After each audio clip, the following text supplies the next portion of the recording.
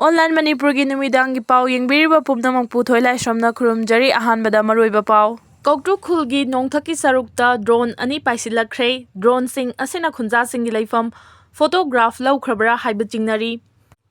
Ngarang numidang pung 3:30 taba matamda Imphal West District ki manung chana leiriba Koukruk Leite Koukruk gi nongthaki sarukta thangnana leiriba Harauthel National Sport University gi nakna chingyang parengda Sariba Kuki terrorist ki bunker lomdagi drone ani paisallakre. Drone ani aduna Koukruk Leite Koukruk gi nongthaki sarukta nemna paitharaktuna pungkhai mukki matam koipai paiduna khul singi mi leinari bamfam sing photograph laubagi thabak chathakre haina chingnari. Khunja kayana pauche sida phongdorakpagi matung innadi drone ani aduna Koukruk Leite Koukruk gi nongthaki sarukta paitharaklaga anem awang sanaduna koipai paiduna maigi mangal uba yumgi sarukki mathak singda paisinduna daiki. Thawong adu Leite Koukruk singi leifam khangdoknaba drone aduda camera fit tawduna photograph laubagi thabak chathaba oigani haina chingnabadagi hauzik khunja sing kari thoklakadage haina mipaiba puknare.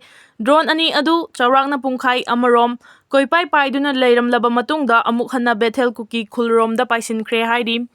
Panba yabadi Bethel Kuki Khulga naknana Harauthel National Sport University leiriba mafam asiga irap lapnadana CRPF ki camp amasu leiribani. CRPF ki camp asida drone paisallakpa sing khangba ngamnaba anti drone jammer ama khinduna thamle haina Manipur ki chief minister na phongdokhiba leikhrabani.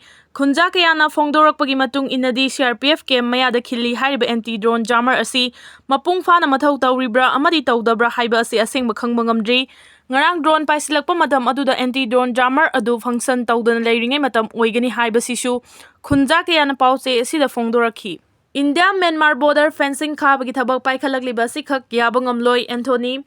India lengang na Indo Myanmar gi ngamkhai paring sambal khanabagi thabak paikhalakliba si yabangamloi amadi tumina yengduna leithokloi haina Bharat lenga ka santi gi wari sanariba Nagaland gi Lalhou NSCN IM gi army chief oibata natana chatharagliba Naga Santi wari asigisu coordinator gi form supuriba Anthony Ningkhangna haikre wafam asi It's Mojo Media ga khanamna unaba amada mahangna phongdokhibani. Mangna makhata na phongdokhibada India lengang na India amadi Myanmar gi ngamkhaida miyamna maning tamna chathok chasin tawbada asuk yamna kiriba si karigino masimak India lengakta hangba wahangni paukhumso India lengang na pigadabani hojik region asida oirakliba fibam asida Naga miyamna tumina khak leithok loidawbani. Hauzik oiriba fibam asi Naga miyamna awaba matamni haina leithokpagi mahuta isorna piba khwaidagi khudongchaba amani haina lawbaga loinana praja miyamna su khudongchaba asi manghalloidawani haiki. Mangna makhata na hai Manipur gi yumthangnariba Myanmar da military lengak sasan chathakibana leibak aduda tangdu leitadabagi fibam ama matam sangna leirakpa amadi Manipur da thokliba kanglup ki lal sida Naga miyamna achoba thodang lawduna hairiba region asida ingtappa hanjilaknaba amadi tangdu leitaba fibam ama puraknaba honabada lofam thokpa thodang adu Naga luchingba singna lawgani haina su phongdokhi hairi.